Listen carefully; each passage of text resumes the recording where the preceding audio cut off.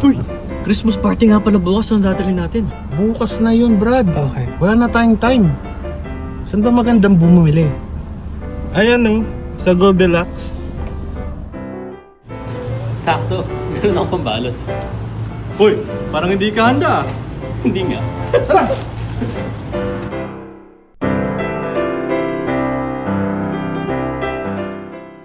Uy, Biskocho, sakto pang kape.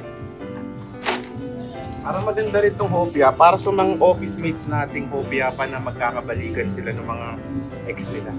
Naalala mo si James? Oh, Yung katrabaho natin. Mahilig siya dito.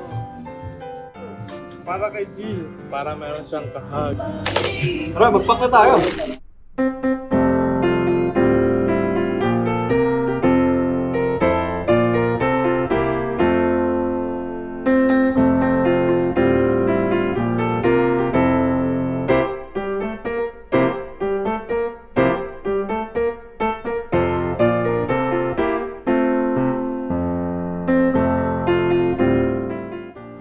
Ay, salamat. Natapos din tayo.